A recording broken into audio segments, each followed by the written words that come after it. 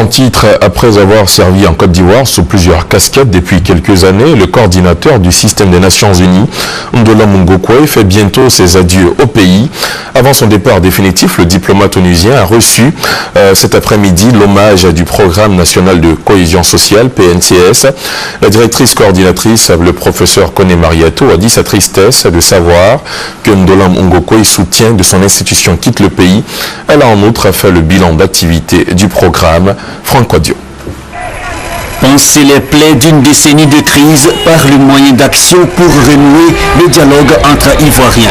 La feuille de route du Programme national de cohésion sociale est tracée depuis le 10 mai 2013. Ce programme, partie intégrante du Plan national de développement PND, s'inscrit dans la vision 2015. Et pour la coordonnatrice nationale, les résultats sont encourageants. Région là de Boisflé, où vous savez que les populations d'Angovia se sont battues, les populations se regardaient en chien de faïence. Et grâce à notre présence dans ce village, hier, les populations ont décidé enfin de se remettre ensemble, de se parler pour le développement de leur village. Et ce sont des exemples comme ça qui sont multipliés à travers la Côte d'Ivoire. Des acquis, mais aussi d'énormes besoins. Le budget annoncé de 7 milliards de francs CFA n'est que prévisionnel. Il faut donc outiller la structure. Une visite du coordonnateur national du système des Nations Unies pour mieux s'imprégner des réalités.